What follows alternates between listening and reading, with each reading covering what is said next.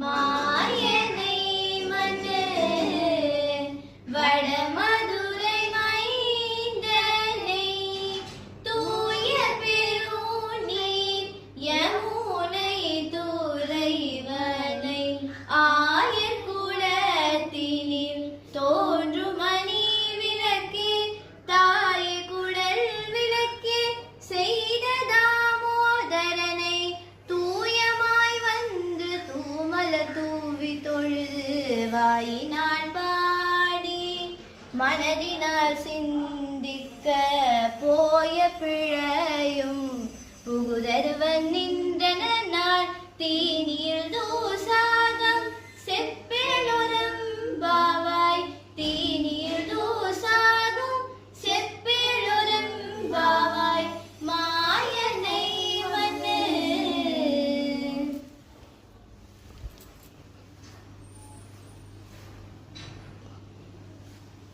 இனியா இனியா குட்டி இனியா தூங்குறா.